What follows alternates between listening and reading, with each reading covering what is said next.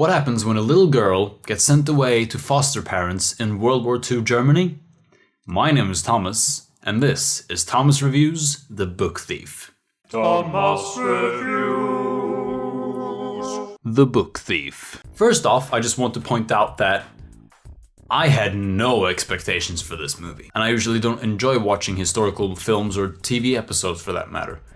It's only on rare occasions, so knowing that this was a World War II movie, I didn't have high expectations. I had seen the trailer, and it wasn't something that looked like something that would appeal to me.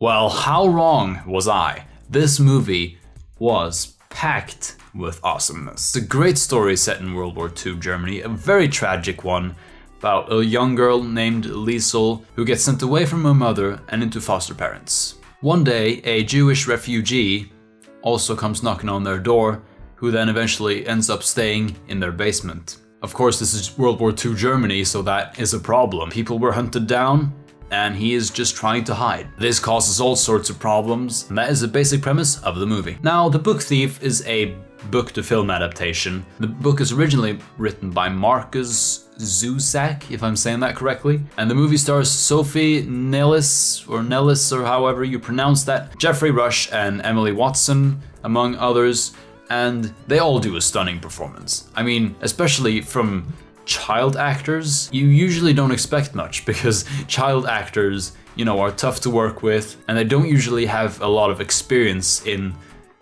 acting. But I think the girl that played Liesel did a fantastic job. Jeffrey Rush nailed it out of the park with his portrayal of sort of humoristic, jokey foster parent.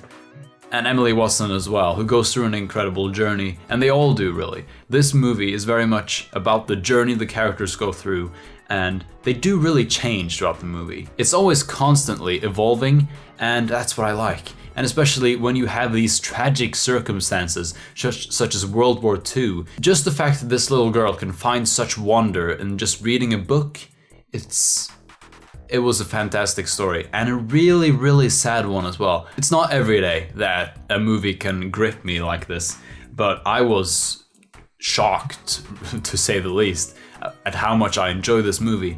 Last week I reviewed the Lego movie, and that is also a very awesome movie in its own way, but this is sort of the other end of the spectrum, whereas the Lego movie was more of a comedy. This is very hard and sort of depressing drama, really. But they're both awesome. And that's the thing about this movie, is that the story was great. I thought it was a fantastic story, always sort of hitting you harder in the gut, and then making things more depressing and just horrible in general, because we all know that World War II wasn't really a pretty sight. These events are not entirely true because they're fiction, so it's based around World War II. Now, there are a couple of few nitpicks, if you could call that I have with this movie. One of them is that this movie, of course, takes place in Germany.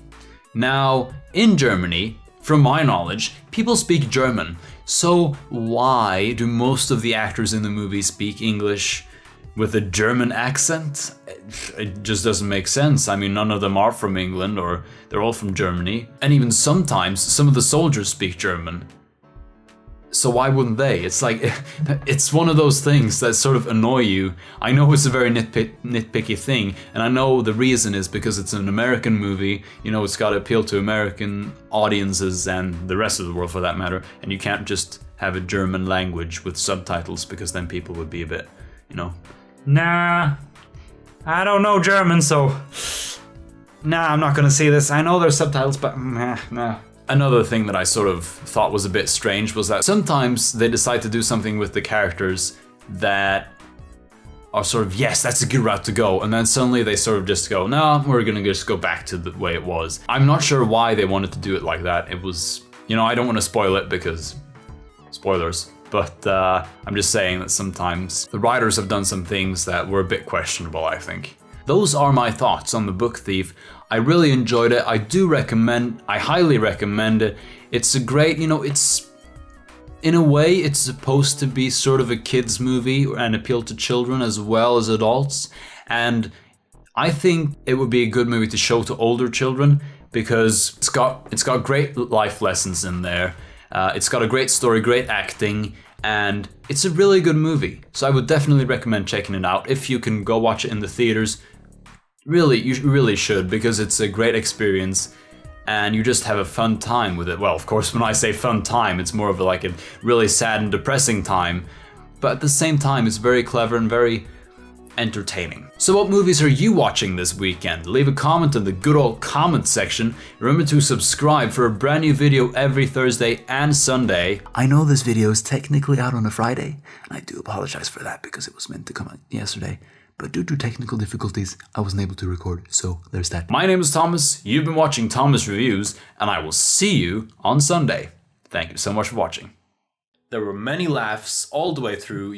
I was just sitting there laughing, and so many good jokes. It's surprising that people haven't done this before, because if you think about it, Lego is something you can do anything with. You can build anything, you can do anything, and so